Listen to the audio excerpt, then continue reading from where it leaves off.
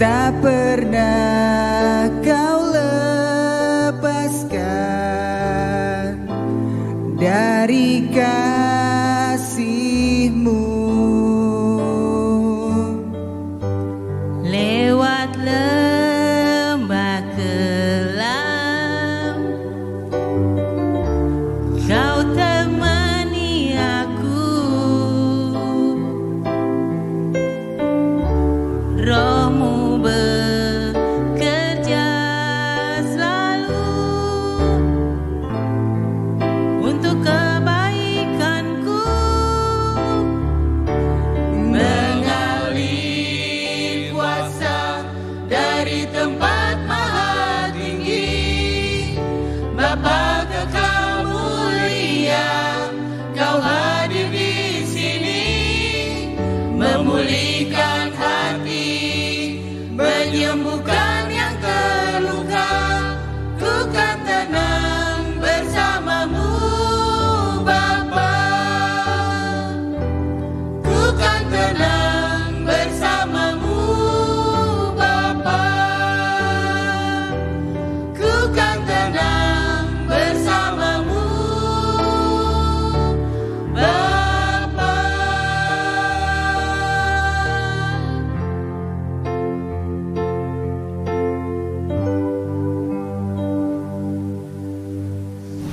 Kak, aku mau bayar uang semester nih, Kak. Aku juga nih lah, besok harus bayar SPP. Papa kok tenang saja? Lah maunya mama, papa harus bagaimana? Permisi. Maaf Ibu, kami dari RT. Mau nagih uang sampah, sudah nunggak 2 bulan. Iya, Bu Maya. Sekalian uang arisan, bulan yang lalu juga belum bayar. Iya ibu, nanti kita akan transfer ya bu. Baik Pak, terima kasih.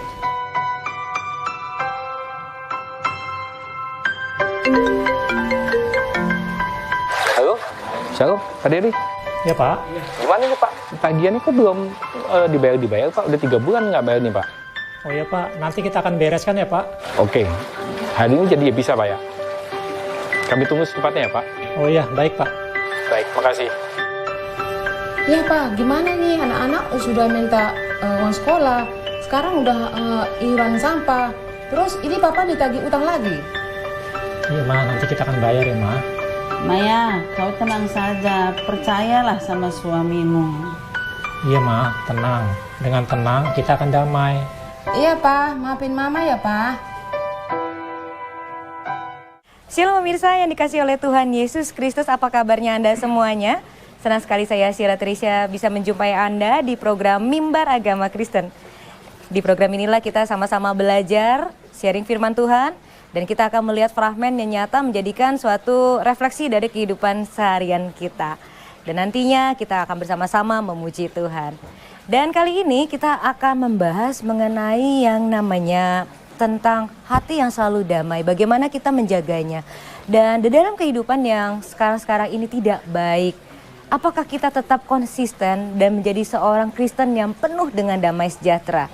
Tentunya ini merupakan suatu hal yang perlu banget kita nantinya belajar, dan firman Tuhan yang nantinya akan menguatkan bagaimana bijaknya kita tetap dalam keadaan bahagia, sukacita, dan di dalam Tuhan.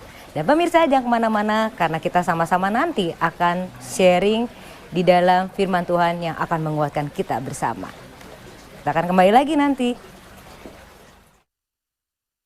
Siapa mencintai hidup dan mau melihat hari-hari baik, ia harus menjaga lidahnya terhadap ucapan-ucapan yang menipu. Ia harus menjauhi yang jahat dan melakukan yang baik. Ia harus mencari perdamaian dan berusaha mendapatkannya. Yang kita renungkan adalah bagian akhir dari ayat ini yang mengatakan, ia yaitu kita harus mencari perdamaian dan berusaha mendapatkannya. Dan judul renungan kita ialah hati yang damai. Tentu kita semua senang dengan perdamaian, dengan rasa damai. Hati yang damai, keluarga yang damai, gereja yang damai, masyarakat yang damai. Tapi seringkali keadaan yang kita hadapi atau tindakan orang-orang di sekitar kita kadang-kadang mengurangi rasa damai di hati kita. Dunia usaha yang tidak mudah, atasan atau bawahan yang menjengkelkan, anak yang sulit diatur, orang tua yang tidak punya waktu untuk mendengarkan kita, rekan kerja yang egois. Dari ayat ini dikatakan bahwa kita yang harus mengusahakan rasa damai itu. Kita tidak bisa memaksa orang lain untuk bersikap yang membuat kita damai, tetapi kita yang harus mengusahakannya dengan baik dan benar. Respon kita harus begitu baik dan benarnya, sehingga rasa damai itu tetap ada di hati kita. Firman Tuhan dari Yohanes pasal 14:27 dikatakan, damai sejahtera kutinggalkan bagimu, damai sejahtera kuberikan kepadamu, dan apa yang kuberikan tidak seperti yang diberikan oleh dunia kepadamu. Janganlah gelisah dan gentar hatimu. Jadi terhadap keadaan yang kurang baik ataupun orang-orang yang menjengkelkan, dengan kasih dan firman Tuhan kita harus bisa bersikap dengan baik sehingga masih ada rasa damai di hati kita ini. Dengan punya rasa damai kita akan punya daya tahan hidup yang baik. Sebagai ilustrasi, kecoa itu adalah binatang purba tapi bisa hidup sampai sekarang ini. Karena kecoa punya daya tahan hidup yang baik, punya adaptasi yang baik. Dia bisa hidup di cuaca yang sangat dingin, juga bisa hidup di cuaca yang sangat panas. Kecoa bisa hidup meskipun tidak makan 1 bulan. Kecoa bisa hidup bahkan seminggu setelah kepalanya dipotong. Tentu dari sini bukan berarti kita ingin seperti kecoa, bukannya. Tapi berapa banyak di antara kita yang hanya karena disakiti sedikit saja kita menjadi orang yang sangat tersinggung. Hanya karena makanan kita terlambat beberapa menit saja. Kecoa 1 bulan tidak makan tidak apa-apa. Mari kita belajar untuk menjadi orang yang bisa beradaptasi dan bisa tetap damai sejahtera meskipun keadaan yang kita alami atau orang-orang yang kita hadapi begitu menjengkelkan. Karena dengan damai sejahtera di hati, kita akan bisa berkarya bagi kemuliaan nama Tuhan. Kiranya renungan firman Tuhan ini bisa berguna bagi kita semua. Tuhan berkati. Amin.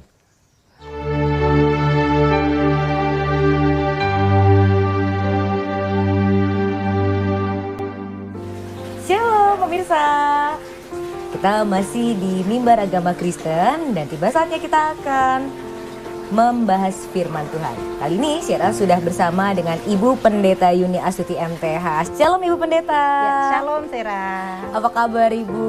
Ya, gimana puji keadaannya? Tuhan selalu baik. Tuhan Yesus baik. Sukacita selalu ya. Amin, amin. Baik. Ini kita menarik dalam pembahasan kali ini adalah hati yang damai. Emang sekarang baik yang nggak damai ya?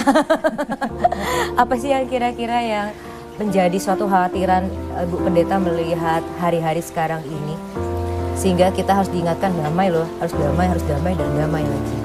Iya, karena sekarang ini banyak sekali ya kecenderungan kita, biarpun kita sudah di dalam Tuhan, itu ada hal sedikit yang ada dalam kehidupan kita membuat kita langsung hati terasa hilang sukacitanya. Damai, ada masalah sedikit misalnya dalam rumah tangga, dalam pekerjaan, hubungan, bahkan hubungan di dalam gereja itu hanya ada masalah sedikit saja, itu kadang rasa damai itu terus hilang atau paling enggak berkurang. Itu yang harus membuat kita waspada.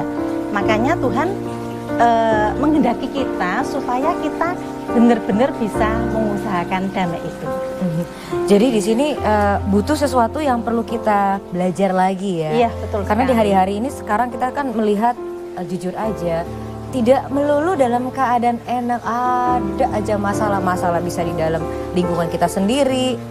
Masalah bisa kita bangun tidur, lihat berita udah masalah lagi kan. Bukan suatu hal yang tidak mengenakan. Iya. Nah, tapi di gereja sendiri itu harus menekankan jadi apa ya namanya ya, ajaran yang dimana kita ini untuk mendapatkan rasa damai itu, tetapi kita harus berusaha mendapatkannya. Iya. Bukan berarti kita hanya mengandalkan Tuhan, tapi kita tidak berusaha sama sekali. Iya. Betul. Jadi apa yang diucapkan berarti harus diusahakan juga. Iya. Apa yang harus dikerjakan? Begini, jadi kita kan tidak bisa lepas dari yang namanya masalah selagi kita masih hidup. Yang pertama pasti kita harus menghadapi kenyataan.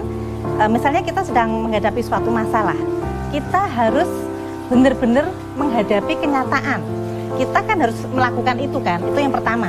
Yang kedua, kita harus merenungkan kira-kira apa sih yang salah dalam hidupku sehingga aku mengalami hal ini. Itu kan berarti kita harus mengoreksi diri kita. Nah, setelah itu kita akhirnya tahu, oh iya ya, masalahnya seperti ini. Berarti saya harus melakukan hal-hal ini supaya saya bisa keluar dari masalah ini. Itu pasti dengan tuntunan Tuhan ya, nggak bisa kita sendiri. Tetapi Tuhan itu tadi dikatakan bahwa Tuhan itu sesuatu yang tidak kelihatan dan kita butuh meresponnya bagaimana supaya damai itu terjadi. Jadi memang damai itu harus diusahakan. Memang itu anugerah ya, suatu bahwa Tuhan tadi dikatakan memberikan kedamaian. Tetapi kita sebagai manusia harus mengusahakannya. Seperti Daud di tengah suatu guncangan, suatu masalah. Jadi nggak selamanya. Tapi kan kita melihat itu kan, wah ini nggak gampang juga ya. Walaupun senang sedih itu nyanyi, anggaplah kayak begitu kan. Berarti dia senang susah sedih itu mesti seperti itu. Tapi mengaplikasinya sendiri itu kan dari tindakan-tindakan tadi kan yang sudah Bu Pendeta jabarkan. Dan yang kedua di sini nih yang paling sering adalah menjaga hatinya kita ini kan berarti dikontrol pertama kali adalah melalui perkataan, melalui lidah kita, melalui pikirannya kita. Itu bisa menjadi masalah juga kalau tidak tidak kita jaga. Bagaimana sih supaya kita bisa, karena kan kita tahu bahwa kita ini adalah manusia yang lemah. Apalagi yang perlu di dalam diri kita. Yang pertama, respon. Biasanya orang yang kehilangan damai itu respon saat itu juga. Misalnya ini ya, mendengar suatu berita yang tidak baik. Sekarang kan di sosmed itu banyak sekali ya, berita-berita itu kan banyak sekali. Mudah kita komen, kita betul. Gampang terpancing, sangat. Hati kita itu gampang terpancing sehingga panas. Nah, jadi yang pertama supaya kita itu bisa mendapat damai itu adalah respon. Jadi respon itu penting banget dalam hidup kita. Misalnya mendengar sesuatu yang tidak baik, bagaimana respon kita? Apakah kita langsung emosi? Apakah kadang-kadang kan dalam 3 detik loh. Respon itu kan bagaimana orang itu kan bisa dilihat dari respon kita ya. Seperti itu ya. Mudah jadi terpancing. respon. Pertama itu responnya harus seperti apa? Jadi waktu kita menghadapi segala sesuatu, begitu tadi bangun tidur, kadang kita langsung khawatir. Itu kan berarti kan responnya yang salah ya. Jadi kita harus mengambil suatu respon yang benar supaya kita tetap bisa merasakan damai. Yang depan mata kadang-kadang tidak sesuai dengan realita yang kita harapkan. Di sini kan berarti kita harus belajar bagaimana kita sabar dihadapi dengan hari-hari. Gampang ya. Teaternya gampang gitu ya. Kita di tengah lingkungan yang ibarat kata ini kita domba. Ini serigala. Serigala kan bentuknya serigala, tapi kan domba serigalanya itu loh, Bu. Bagaimana kita mesti peka, bagaimana kita mesti tetap dalam keadaan damai gitu kan. Goncangan-goncangan, keadaan ekonomi. Belum lagi di dalam kehidupan rumah tangga orang Kristen banyak sekali guncangan-guncangan. Kira-kira hikmat apa lagi yang mesti dipelajari dan kita praktekkan lagi? Begini. Jadi memang kadang kalau di dalam Tuhan kita sering dikatakan ya bersyukur gitu kan.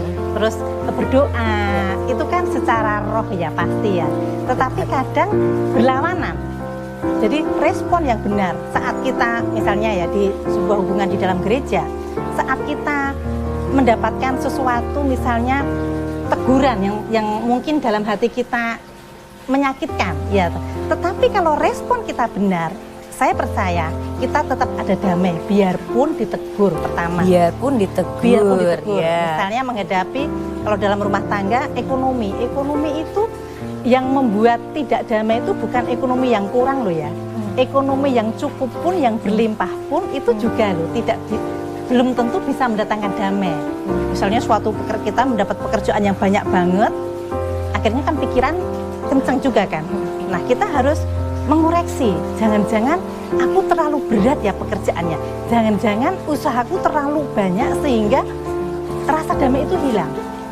Jadi respon itu sangat penting sekali bagaimana kita mengusahakan suatu kedamaian. Memang responsi yang pertama. Setelah respon benar pasti kita melangkahnya dengan benar. Kalau responnya salah, pasti melangkah selanjutnya juga salah. Jadi apa yang kita apa yang kita tanggapi pada saat itu, kalau memang salah itu akan salah. Iya, betul. Kalau yang memang benar itu akan kita jalani yang Iya, benar dalam betul. penyertaan kita. Iya, Nah, iya. berarti kan di sini kan kita harus lebih tahu dan peka salah dan benar. Iya. Jangan sampai kita yang salah ini kita anggap benar. Nah, ini nih gimana nih supaya kita bisa membedakan yang benar yang salah. Kadang-kadang kita suka senangnya namanya jalan pintas, Bu. Oh iya iya iya iya. Itu kan tanpa kita sadar. Bagaimana sih kita untuk mencegah suatu hal yang sangat menggoda, tapi itu sebenarnya itu akan menjadikan kita jatuh, bahkan kita jauh dari kedamaian. Mengerikan sekali pemirsa. Tetap jangan kemana-mana karena kita akan membahasnya lagi di dalam Mimbar Agama Kristen.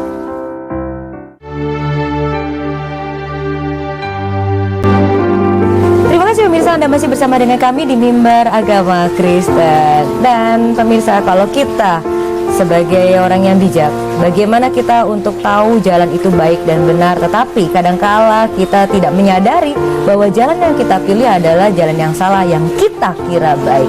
Bagaimana sih sebaiknya dan seandainya kita menghadapi cara yang seperti itu supaya kita terhindar dari sesuatu hal yang tidak maksudnya yang menjerumuskan kita sendiri ke dalam dosa. Gimana nih Bu Pendeta? Hari gini nih kadangkala kita sudah tahu firman, tapi ini berat, enakan sini. Iya. Gak apa-apa lah dikit-dikit dosa gitu. Boleh nggak sih? Ya pasti nggak boleh. Pasti nggak boleh ya. Pasti Tapi nggak ini boleh. ada yang perlu diluruskan. Kira-kira kalau dihadapkan seperti ini, kita harus bagaimana nih? Kita mengetahui suatu jalan itu benar atau salah, itu pasti tergantung bagaimana hubungan kita dengan Tuhan ya. Kalau kita peka dengan suara Tuhan, itu pasti kita butuh suatu kedekatan dengan Tuhan, sehingga kita tahu jalan ini benar atau salah. Tapi kadang kita sebagai manusia dablek ya. Sudah tahu salah, tetapi tetap aja jalan.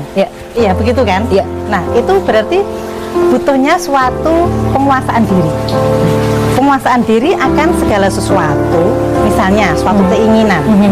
Suatu keinginan kan seringkali menjebak kita untuk melakukan hal-hal yang sebenarnya Tuhan tidak menghendaki. Tetapi karena keinginan kita lebih besar dari apa yang seharusnya, itu yang akhirnya membuat kita nekat. Dan itu salah loh sebenarnya. Sebenarnya hati nurani kita tahu. Kan kalau kita orang percaya itu sebenarnya kan sudah ada Roh Kudus ya. Ada alertnya ya, ada alarm lah ya. Alarm ya. Kalau orang yang ini mungkin bilangnya hati nurani, tahu ini salah. Tetapi kita nekat. Karena apa? Karena keinginan kita lebih besar dari kebenaran yang harusnya kita kerjakan. Itu. Jadi kita harus benar-benar peka bahwa ini benar, ini salah. Kita harus tahu nih. Seperti kata firman Tuhan, ajar aku menghitung hari-hari kan, supaya kita lebih bijaksana dalam mengambil suatu langkah. Itu kan saya. Kadang-kadang itu membawa kita ke dalam kejatuhan. Iya, keinginan tanpa kita sadari bahwa itu akan menjerumuskan bukan hanya kita sendiri, bisa jadi kita ini anak Tuhan ini, satu kita berbuat salah bisa semuanya yang kena. Iya. Kita lihat kan berita-berita sekarang ini kan tidak semuanya baik, bahkan anak Tuhan kok begini.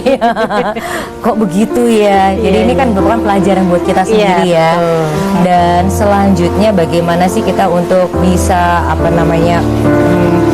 merasa damai dan cukup. Karena di dunia ini seperti yang tadi Ibu bilang, keinginan, tapi kok dia bisa begini, kok saya di sini aja ya, kok dia terlihat diberkatin gitu. Salah nggak sih saya ingin jalur seperti itu? Itu kan kadang-kadang kan kata hati manusia kan, yang kata Tuhan bilang kita menjadi anak Tuhan itu diberkati dengan segala macam apapun. Nah itu gimana tuh kadang-kadang mensikapinya? Sebenarnya batasannya sampai mana gitu? Iya, begini. Sebenarnya menjadi anak Tuhan, menjadi pengikut Kristus, jaminan untuk berkat dalam tanda petik berkat jasmani itu bukan jaminan. Bukan jaminan bahwa menjadi anak Tuhan itu harus berlimpah materinya, harus kaya, harus sehat. Itu ada yang salah juga nih, mesti dibenerin juga ya. Jadi terutama itu Tuhan memilih kita menjadi anaknya, yang pertama berkat rohani. Berkat rohani bahwa kita itu memang sudah ditetapkan menjadi anaknya dan kerajaan surga itu menjadi milik kita. Itu yang harus pertama kali ada di hati anak-anak Tuhan. Itu akhirnya yang membuat kita misalnya teman kita diberkati lebih banyak, jasmani itu tidak membuat kita terus galau. Jadi mencukupkan diri dengan apa yang ada, itu kata firman Tuhan kan. Itu yang akan membuat kita senantiasa merasakan sukacita Tuhan, damai sejahtera Tuhan. Yang penting kita sudah berusaha mencoba dan menginginkan semuanya kebaikan di dalam kita dan bagaimana Tuhan aja yang memberikannya ya. Tetap positif ya. Iya, tetap positif ya pemirsa. Positif. Yakin bahwa Tuhan tetap memelihara kita, tetap menjaga kita, dan apa yang sudah kita lakukan itu sekiranya bisa mendapatkan damai. Iya, sudah damai pemirsa. Kalau gitu nih kita sudah di akhir segmen nih. Iya, berarti waktunya kita sama-sama berdoa dan mengucap syukur untuk apa yang sudah kita bahas di kesempatan ini. Silakan kita mau berdoa. Baik, mari kita berdoa. Bapa, dalam nama Tuhan Yesus Kristus, terima kasih buat kebenaran firman Tuhan yang Engkau berikan kepada kami. Kami percaya kami adalah anak-anak-Mu yang akan terus Engkau berikan kekuatan untuk kami bisa melakukan apa yang sudah Engkau perintahkan atas kami, termasuk di dalam kami mengusahakan damai sejahtera dalam hidup kami. Dan kami percaya Tuhan, damai sejahtera itu akan kami dapat karena Engkau sendiri yang memberikan, dan ajari kami untuk kami senantiasa mengusahakan damai sejahtera dalam hidup kami, sehingga kami senantiasa merasa di dalam hidup di dalam kerajaan surga-Mu. Terima kasih Bapa, terima kasih Tuhan Yesus. Kami percaya firman-Mu ini menjadi berkat bagi kami untuk kami bisa menjalani hidup-hidup kami dengan penuh damai sejahtera Tuhan. Di dalam nama-Mu yang penuh kasih, dalam nama Tuhan Yesus Kristus, kami telah berdoa dan mengucap syukur. Haleluya. Amin. Haleluya. Amin. Terima kasih Ibu Pendeta. Senang sekali kita dikuatkan untuk hari ini bahwa apa yang Tuhan berikan, apa yang Tuhan kasih, sekiranya kita dapat mengucap syukur tanpa kita berusaha untuk membandingkan. Ya, betul. Itu akan mendapatkan kedamaian yang luar biasa dari Tuhan. Terima kasih pemirsa, Anda sudah menyaksikan program ini. Semoga menjadikan berkat dan firman Tuhan menjadi rema dalam kehidupan kita. Waktunya saya Syira Trisya pamit dari hadapan Anda. Sampai jumpa. Tuhan Yesus memberkati kita semuanya.